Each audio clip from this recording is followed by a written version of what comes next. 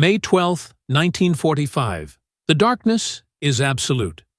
Not just dark, a suffocating, black, Burmese jungle darkness. It's a heat that sticks to the skin, a mud that pulls at the boots. In a hastily dug trench, 3 men wait. 3 Gurkha riflemen. They are listening. Through the oppressive humidity, a sound begins to cut through the insects. A slithering, a clicking of metal on stone, a whisper. It is the sound of at least 200 Imperial Japanese soldiers, creeping through the undergrowth, moving toward their position. Rifleman Lachiman Gurung grips his Lee-Enfield rifle. He is 27 years old. He is 4 feet, 11 inches tall. A boy's height, holding the fate of an army. His post is the most forward position, the linchpin, the single exposed trench 100 yards ahead of the entire British defensive line. It is the key to the whole perimeter. If this one trench falls, the Japanese will roll up the flank and slaughter them. 2 full companies of surrounded Gurkhas will be annihilated in the dark. At 1:20 in the morning, the grenades begin to fall. Gurung watches the first one arc through the blackness. It lands just outside his trench. He scoops it up. He hurls it back. The explosion is a flash of white-hot light, and in that split second, he sees them. Dozens of Japanese soldiers, faces contorted, rushing his position. Another grenade falls. This one lands inside the trench. Gurung grabs it. He hurls it at the attackers. It detonates in midair. A third grenade. It arcs through the smoke. It lands right at his feet. A dark, metal pineapple of death. He reaches down. He picks it up, and this one explodes in his hand. The blast is catastrophic. It does not just wound him, it vaporizes the fingers of his right hand. Shrapnel, white-hot, rips into his face, destroying his right eye. Burns cover his arm, his chest, his legs. The other 2 Gurkhas in the trench are wounded by the same explosion, screaming in the mud. And 200 Japanese soldiers are charging straight at them, screaming, "Banzai!" firing as they come. Lachiman Gurung is bleeding, half-blind, his right hand a mangled ruin of blood and bone. Any sane man would die. Any rational soldier would surrender or scream for a medic. Gurung was neither. He grabs his rifle with his left hand and begins to kill. For the next 4 hours, this single broken man will hold that trench alone. This is not just a war story. This is the untold, minute-by-minute account of the single most incredible one-man stand in modern history. This is the story of how one man, 4'11" tall, proved that courage is not measured in height or in having 2 hands to fight. It is measured in the refusal to die. From a life of grinding poverty in the mountains of Nepal to the brutal, diseased killing fields of the Burma campaign, from the moment a grenade destroyed his body to the 4 hours of hell that earned him the Victoria Cross. This is the story of Lachiman Gurung, and this is how he became a legend. To understand the man who fought in that trench, you must first understand the mountains that forged him. Nepal, December 1917. Lachiman Gurung was born in Dakhani, a tiny village in the hills west of Kathmandu. Life here was not just hard, it was vertical. His father farmed a small plot of land, barely enough to feed the family. It was a life of subsistence, of back-breaking work under a relentless sun, a prison of poverty framed by the most beautiful mountains on earth. For young men in these hills, there were only 2 choices: farm like their fathers, or fight. They could join the British Indian Army as Gurkhas. This was not just a job. It was an escape. It was an honor. It was a chance to prove something. The Gurkhas were already a global legend, the soldiers from Nepal who had served Britain since 1815. Their reputation terrified enemies across the British Empire. Fearless, disciplined, armed with the curved kukri knife, a weapon that every Gurkha carried, and knew how to use with devastating effect. British commanders valued them above almost any other infantry. German soldiers in both world wars learned to dread the sound of a Gurkha charge. So did the Japanese troops in Burma. The Gurkha motto was simple: Kayar Hunu Banda Marnu Ramro. Better to die than be a coward. This was not a slogan. It was a blood oath. It was a simple statement of fact.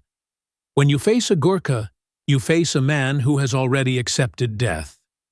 Gurung grew up hearing these stories. Men from villages just like his, who had earned medals fighting for Britain in India, in Afghanistan, in France. The army offered steady pay, respect, and a way out. But joining required passing a brutal selection process and meeting the minimum height requirement, 5 feet tall. Lachiman Gurung stood 4 feet, 11 inches. He was, by every metric, too short. Under normal circumstances, he would have been rejected, sent back to the farm. But the circumstances in 1940 were not normal. In December of that year, Gurung walked to the British recruitment station. World War II was exploding. Germany controlled Europe. Japan was preparing to sweep through Asia. Britain was desperate for soldiers. The height requirements were quietly ignored. Gurung was accepted. He was 23 years old. One version of the story, perhaps embellished by time, says his father sent him to the village store to buy cigarettes. He met a friend who was enlisting. They went to the recruitment station together. Lachiman Gurung never came home with the cigarettes. He disappeared into the army. 5 years later, he returned, missing an eye, missing a hand, and carrying the Victoria Cross. He joined the 4th Battalion, 8th Gurkha Rifles, one of the most storied regiments in the British Indian Army. He completed training. He learned to handle the .303 caliber Lee-Enfield rifle. He mastered the tactics of jungle warfare. But more importantly, he absorbed the Gurkha code: aggression in attack, stubbornness in defense. Never surrender. Never retreat unless ordered. Fight to the last man and the last round. These were not just words. They were the core of his identity. By 1944, Gurung's battalion was deployed to Hell on Earth, the Burma campaign. This was not the war seen in Europe, with tanks battling on open fields or cities liberated by cheering crowds. This was a different kind of war. A forgotten war. It was a war fought against 3 distinct enemies. The first enemy was the jungle itself, a dense triple canopy hell that blocked out the sun. Monsoon rains that turned everything into a churning river of mud. And disease, malaria, dysentery, typhus, scrub typhus. Soldiers called it Green Hell. The jungle itself killed as many soldiers as combat, leaving men weak, feverish, and rotting from the inside out. The second enemy was the Imperial Japanese Army. By May 1945, the Japanese were cornered. They were beaten, but they were not broken. This was the army that had conquered most of Southeast Asia in 1942, an army that fought by the code of Bushido. Surrender was the ultimate disgrace. Capture meant torture. Japanese soldiers were taught to fight to the death, to take as many of the enemy with them as possible. They expected their opponents to do the same. They showed no mercy. They expected none. They were masters of infiltration, moving like ghosts through the jungle, attacking at night. They were experts in fanatical Banzai charges, screaming waves of men designed to panic defenders and overrun positions before anyone could react. The Gurkhas had fought them before. They knew what to expect: violence, speed, grenades, and close-quarters combat with bayonets and knives. The third enemy was desperation. The British 14th Army, the Forgotten Army, had been slowly, agonizingly, pushing the Japanese back through Burma since 1944. Operation Extended Capital was in full swing, aiming to recapture central Burma and cut off Japanese supply lines. The Japanese position was collapsing. Allied forces had crossed the Irrawaddy River, but the Japanese weren't beaten yet.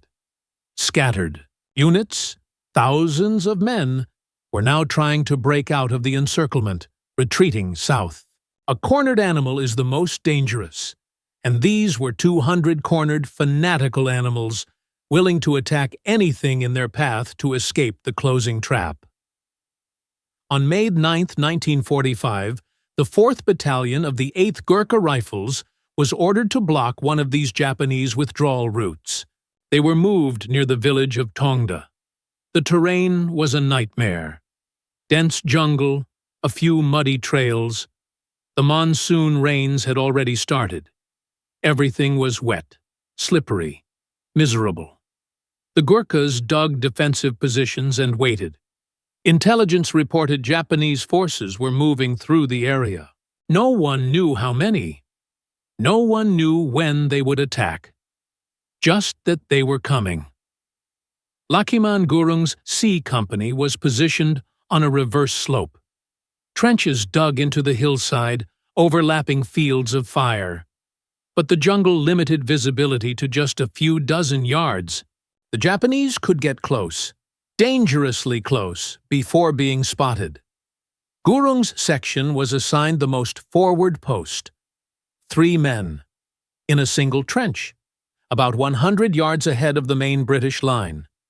Their job was simple, and it was suicidal. They were the early warning system, the tripwire. Their job was to slow down any Japanese attack, to absorb the first wave, to give the rest of the company precious seconds to respond. It was the most dangerous position in the entire defensive perimeter, the first to be hit, the hardest to reinforce, the most likely to be overrun. Gurung and 2 other Gurkhas occupied that forward trench. They improved it as much as they could. They deepened the trench, piled sandbags, cleared fields of fire, placed ammunition within easy reach, and Lachiman Gurung placed his kukri knife on the parapet of the trench within arm's reach. If the Japanese got that close, he would need it. That curved blade had killed enemies for generations of Gurkhas. He was not going to be different. On the night of May 12th, the jungle went silent. The insects stopped. And then it exploded. The Japanese came. This was not a probe. This was not a patrol. This was a full-scale assault. At least 200 soldiers hitting C Company's position with everything they had. Grenades, machine guns, rifles, screaming charges designed to panic the defenders and break the perimeter, and the entire massive weight of that attack was aimed at one single section of the line. Gurung's section, his trench, the key to the whole position. At 1:20 in the morning, Naik Debasing Buddha, Gurung's section commander, had just gotten all his men to stand to in their trenches when the grenades started falling. Japanese soldiers were creeping close, using the darkness, throwing grenades to soften up the defenses before the main assault. Buddha watched from his trench, just yards behind Gurung. He saw a grenade land near Gurung's trench. He saw Gurung scoop it up and hurl it back.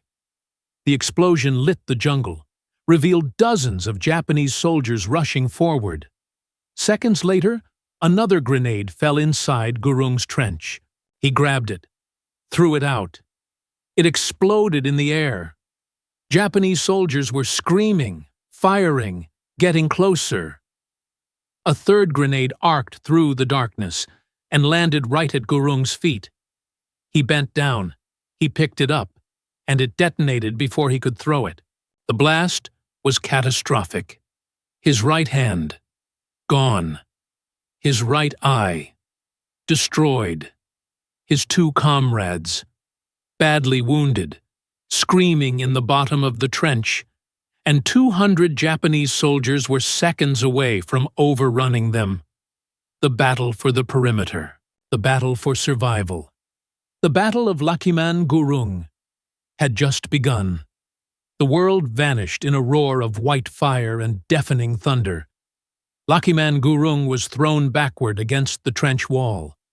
The pain was instant, absolute, an excruciating, blinding agony that should have shut his body down. His 2 comrades were screaming. The air was thick with cordite and the smell of his own burned flesh. Through the ringing in his ears, he could hear another sound.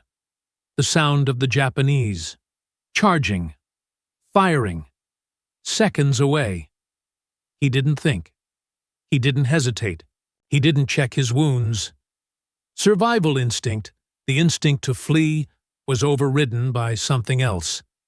Something forged in the mountains of Nepal. The Gurkha code. Better to die than be a coward. His 2 comrades were badly wounded, disoriented, unable to fight. The Japanese assault was seconds from overwhelming the position. Lachiman Gurung grabbed his rifle with his left hand. His right hand was a mangled mess of blood and bone. It no longer worked. It was gone. He improvised. He braced the rifle against his left hip, aimed with his 1 remaining eye into the darkness, and started firing at the shadows rushing toward him. The Japanese soldiers expected to find dead or dying defenders. They expected to overrun the trench in seconds, a bloody footnote in their retreat. What they found was a single rifleman shooting back. Accurately. Rapidly. They found a Gurkha who was screaming at them in Nepali, shouting challenges, telling them to come and fight, refusing to die. The shock of it stopped the Japanese advance cold. For just a few precious seconds, the lead attackers faltered. It was long enough for Gurung to kill several more soldiers, long enough for confusion to ripple through the Japanese ranks. Who was shooting? How many were there? The attackers adjusted. More grenades fell into and around Gurung's trench. He couldn't throw them back anymore. His right hand was useless. He pressed himself against the trench wall. He let the explosions wash over him. He took more shrapnel wounds, more burns, and he kept firing. The Japanese tried rushing the position again. Gurung shot them down, one after another. The bodies began to pile up in front of his trench. The dead became obstacles that slowed the living. From his position just yards behind, Gurung's commander, Nayak Debasing Buddha, watched in disbelief. He had seen combat before. He had seen Gurkhas fight with incredible courage. But this was something else. This was a man who should have been incapacitated, a man who should have bled out in minutes, fighting with the effectiveness of a full-strength squad. Buddha tried to send men forward to reinforce Gurung's position, but the Japanese fire was too intense. It was a storm of bullets. Anyone who tried to reach that forward trench would be cut down before covering half the distance. So Lachiman Gurung fought alone. One man, one eye, one hand, against 200 Japanese soldiers who were determined to break through his position. The physical challenge of what he was doing is almost incomprehensible. The Lee-Enfield rifle was not a light weapon. It weighed over 9 pounds. It was a bolt-action rifle, a design that required the right hand to cycle rounds. You fire, you reach. Over with your right hand, You lift the bolt, pull it back, push it forward, lock it down. Gurung's right hand was destroyed.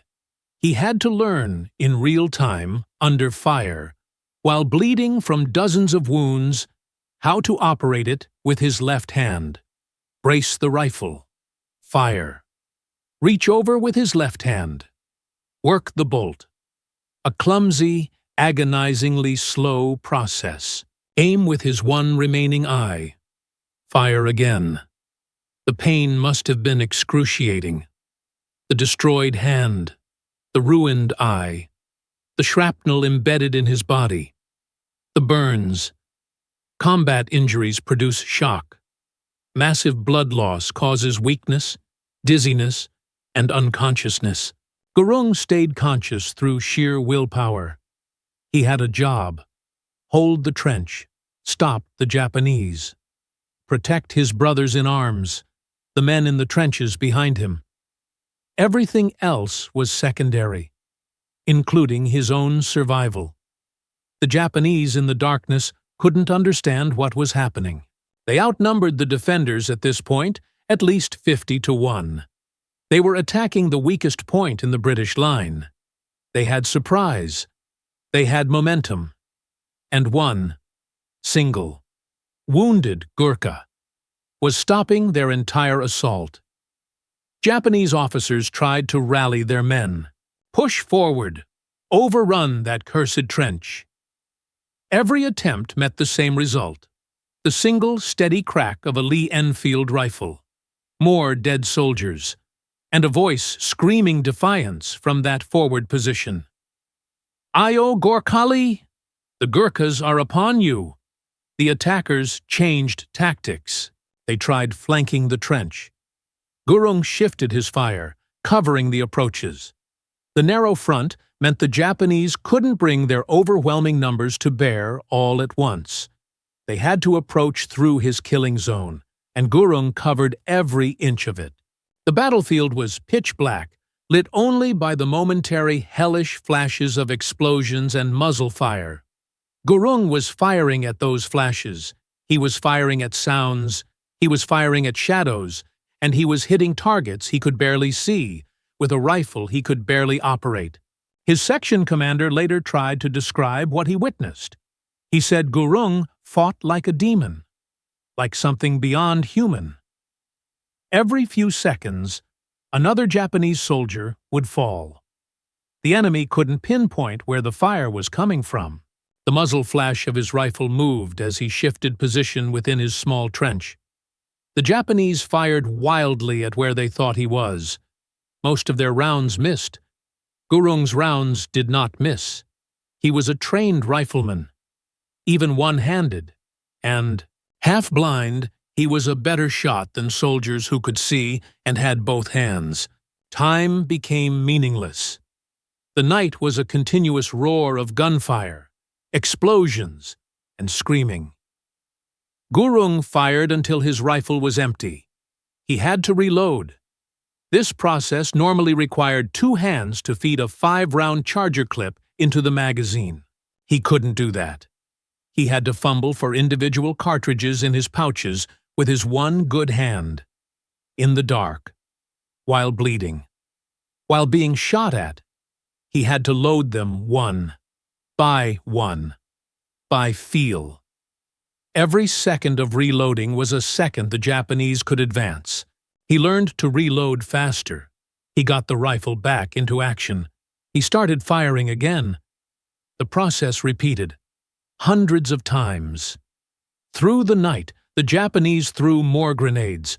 Gurung couldn't avoid them all. More shrapnel wounds, more pain. He kept fighting. Blood loss was weakening him. His vision was failing from the shock and the injury. He could feel himself fading. But the Japanese were still attacking. If he stopped fighting, they would break through. His brothers would die. The thought was unacceptable. He fired another round. And another. And another. Ammunition became critical. He had started the battle with a basic load of rifle rounds. He was firing steadily. Each shot had to count. He couldn't waste rounds. But he also couldn't let the Japanese close the distance. It was a razor's edge calculation.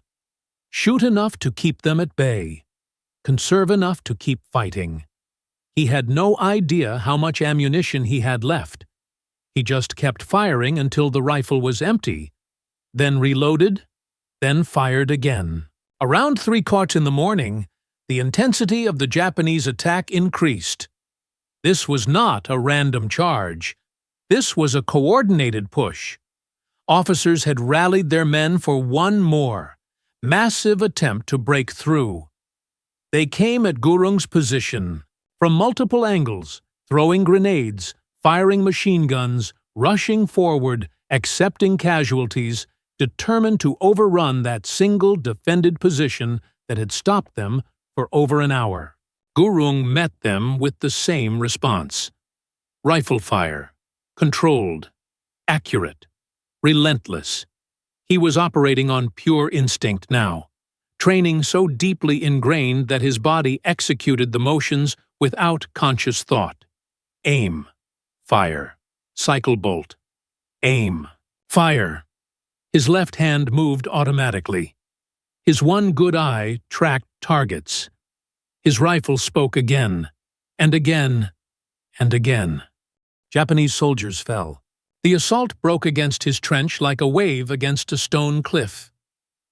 By 4 in the morning, the Japanese attacks were losing momentum. The officers couldn't rally their men for another push. There were too many casualties. Too many bodies piled up in front of that cursed trench. Too much fear of the unseen demon who wouldn't die and wouldn't stop killing. The attackers pulled back. They regrouped, tried to figure out what to do. They still outnumbered the defenders massively, but mass didn't matter if they couldn't bring it to bear. And bringing it to bear meant advancing through Gurung's killing zone. No one wanted to be the next soldier to die in front of that trench. Gurung used the lull to take stock. He was barely conscious. Blood loss and shock were taking their toll. His right hand hung useless, a dead weight. His right eye was a ruined socket. Shrapnel wounds covered his body. Every movement brought fresh, searing agony. He had no idea how many rounds he had left. He felt for cartridges in his pouches with his left hand. Not many, maybe enough for one more attack. Maybe not. He didn't think about medical attention. He didn't think about evacuation. He just watched the darkness. He waited for the next assault. He kept his rifle ready. Behind him, the rest of C Company was holding. They could hear the battle at Gurung's trench. They tried to provide supporting fire, but the darkness and jungle limited what they could do. Naik Buddha reported the situation to his company commander, one rifleman, holding the forward post alone, heavily wounded, still fighting, stopping an entire Japanese assault. The commander didn't believe it at first. Then he listened to the pattern of fire. Single rifle shots, controlled, precise, coming from that forward position, still holding, still fighting. Reinforcements could not reach Gurung. The Japanese controlled the ground between his trench and the main line. Any relief attempt would be wiped out, so Gurung stayed alone, outnumbered, wounded, running out of ammunition, but still holding. The Japanese had committed their entire force to breaking through this one point. And they had failed. One man had stopped them. As the first faint hint of gray light began to touch the eastern sky, the Japanese knew their time was up. Daylight meant Allied aircraft. It meant artillery. It meant death from above. They had one last chance. This was desperation. They gathered their remaining strength. They charged Gurung's position one last time, screaming, firing everything they had, believing that sheer fanatical numbers would finally overwhelm that single, stubborn defender. Lachiman Gurung met them with his last rounds of ammunition. He fired until the rifle was empty. The click of the bolt on an empty chamber. He threw the rifle down. Then he grabbed his kukri knife.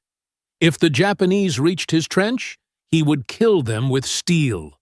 One-handed, half-blind, bleeding out. He would fight with the knife until they killed him, or he killed them all. Better to die than be a coward. But the Japanese assault broke before it even reached his trench. The final charge faltered. The attackers who weren't cut down by his last few rounds saw the sky lightening. They saw the piles of their own dead in front of that one position. They had no more will to fight. The survivors pulled back. They melted into the jungle, dragging their wounded, leaving their dead behind. They retreated from a position they should have overrun in minutes. Dawn broke. The battle was over. The jungle, which had roared with gunfire, was now filled with the cries of the wounded and a stunned silence. As the sun rose on May 13th, Naik Deba Singh Buddha and other Gurkhas rushed forward to Gurung's trench. They expected to find him dead. No one could survive that. No one could endure such intense, concentrated violence while so badly wounded. But Lachiman Gurung was alive. Barely. They found him sitting in his trench, surrounded by empty shell casings. His rifle was empty. His kukri knife was on the parapet, still within reach of his one good hand. His right hand was destroyed. His right eye was gone. Blood covered everything. He was still conscious, still watching the jungle, still ready to fight if the Japanese came back. Buddha and the others pulled him from the trench. They gave him water. They applied field dressings to his catastrophic wounds. The damage was permanent. His right hand would never function again. His right eye was gone forever. Shrapnel wounds covered his body. Burns needed treatment. He had lost a massive, almost fatal amount of blood. But he was alive, and his trench had held. The Japanese had failed to break through. The entire C Company perimeter was intact. Because one rifleman had refused to let them pass, medical evacuation came quickly. Gurung was carried to the rear. Field surgeons worked on him for hours. They saved his life, but they could not save his hand or his eye. The hand was amputated. Just a stump remained. The right eye was permanently blind. While Gurung was being evacuated, other Gurkhas examined the battlefield around his trench. What they found astonished them. 31 dead Japanese soldiers lay within a few yards of his position. 31 confirmed kills, all shot by one man, with one hand, in 4 hours of continuous combat. The physical evidence told the story better than words. Blood trails showed where many more wounded Japanese had been. Dragged away, Lachiman Gurung had single-handedly stopped an assault by at least 200 soldiers. The recommendation for the Victoria Cross was immediate. Naik Deba Singh Buddha wrote a detailed report of what he had witnessed. The company commander endorsed it. Battalion command forwarded it up the chain. This was the kind of action that defined heroism. One man holding an impossible position against overwhelming odds, fighting despite catastrophic wounds, never retreating, never surrendering, saving his entire company through sheer willpower and skill. If any action deserved the highest decoration for valor, this was it. The Victoria Cross citation was approved and published in the London Gazette on August 9, 1945, just days before the war ended. The citation read, in part, Rifleman Lachiman Gurung was manning the most forward post of his platoon, which bore the brunt of an attack by at least 200 of the Japanese enemy.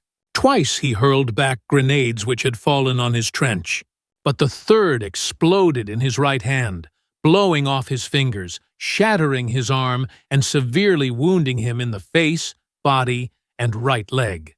His 2 comrades were also badly wounded.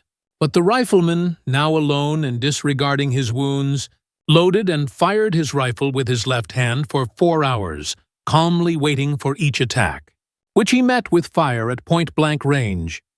Afterwards, there were 31 dead Japanese around his position. The citation, stark and official, still couldn't capture the full horror of what Gurung endured. 4 hours of continuous combat, bleeding, half-blind, in agony, operating a rifle one-handed in complete darkness, fighting an enemy that outnumbered him 50 to 1. no support, no reinforcement, no retreat, just duty and courage, and the Gurkha Code. Gurung recovered in military hospitals. The war ended while he was still being treated. Japan surrendered. The Burma campaign was over. Gurung's fighting days were finished. He returned to Nepal, to his village, to his family, missing an eye, missing a hand, and carrying the Victoria Cross. Only 13 Gurkhas have ever received it. Gurung was one of them. Life after the war was difficult. He couldn't farm effectively with one hand. The British government provided a small pension for Victoria Cross recipients, but it wasn't much. Gurung struggled financially for years. He married, had children, tried to build a normal life. But he was famous in Nepal, the one-handed Gurkha who had killed 31 Japanese soldiers. He became a living symbol of Gurkha courage. In 1995, 50 years after his action at Tongda, Gurung was invited to London for Victoria Cross commemorations. He was honored by Queen Elizabeth II. People wanted to hear his story, to understand how he had done what he did. Gurung's answers were always simple, humble. I was a Gurkha. I had my duty. I did what needed doing. He lived in Nepal for the rest of his life, becoming an advocate for Gurkha welfare, reminding people that soldiers from Nepal had served Britain faithfully for generations and deserved respect and support. Lachiman Gurung died on December 12, 2010. He was 92 years old. His legacy endures. The 8th Gurkha Rifles, now part of the Indian Army, teach his story to every new recruit. Young Gurkhas learn about Lachiman Gurung the same way he learned about heroes from earlier generations. The cycle continues. The Gurkha Museum in Winchester, England, displays his Victoria Cross citation. Visitors can read what he accomplished on that night in May 1945, but his most important legacy is what his story represents. Lachiman Gurung was not superhuman. He was 4 feet, 11 inches tall, from a poor farming family. He had no special advantages, no elite training, no advanced weapons. What he had was duty, courage, the willingness to stand his ground when every instinct screamed at him to run. The refusal to quit when quitting would have been entirely justified. The Japanese soldiers who attacked his position that night were not cowards. They were experienced fighters who fought with fanatical determination. They outnumbered Gurung massively. They had every tactical advantage, except one. They didn't have a Gurkha in their way, and that one Gurkha refused to let them pass, refused to die, refused to fail his duty. Modern soldiers study Gurung's action, trying to understand the psychology of it. But the truth is simpler than the analysis. Gurung was trained. He was brave. He was committed to his brothers in arms. When the moment came, he did what Gurkhas have always done. He fought. The trench where Lachiman Gurung made his stand no longer exists. The Burmese jungle has reclaimed that hillside. But the story remains. Passed down, taught to new soldiers. Remembered. 31 dead. 4 hours of hell. 1 hand, 1 eye. 1 Gurkha who simply would not die.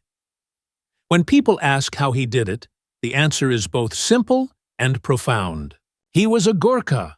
Kair Hunu Banda Marnu Ramro. Better to die than be a coward.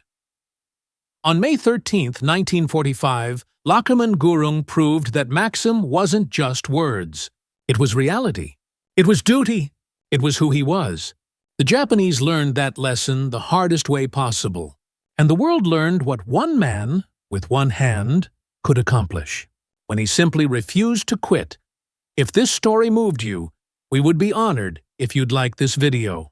Stories like these take days of research to bring to light, and your support helps us uncover more. Forgotten heroes from World War II.